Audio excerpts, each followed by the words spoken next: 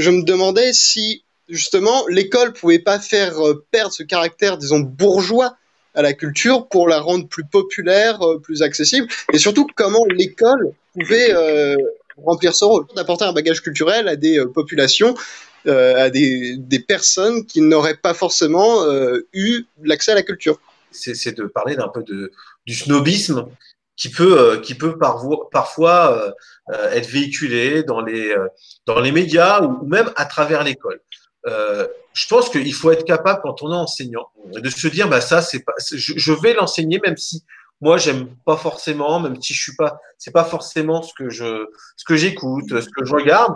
Il faut être capable d'accepter de le faire parce que l'objectif, c'est pas de donner aux élèves les goûts que l'on a, c'est de leur faire découvrir un maximum de choses. Et un maximum de choses, ça parle aussi de la culture populaire. Moi, cette année, mes élèves, ils ont appris à chanter une chanson de Piaf, une chanson de Dutheil, une chanson de France Gall et une chanson de Bispo.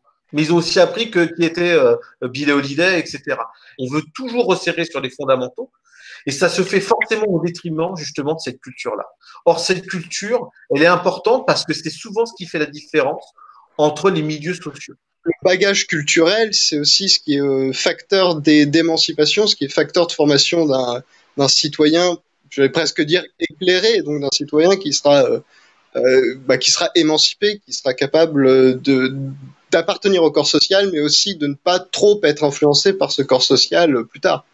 Dans les lycées notamment de quartier les plus défavorisés, les profils, et ça c'est important, le profil des enseignants a beaucoup changé.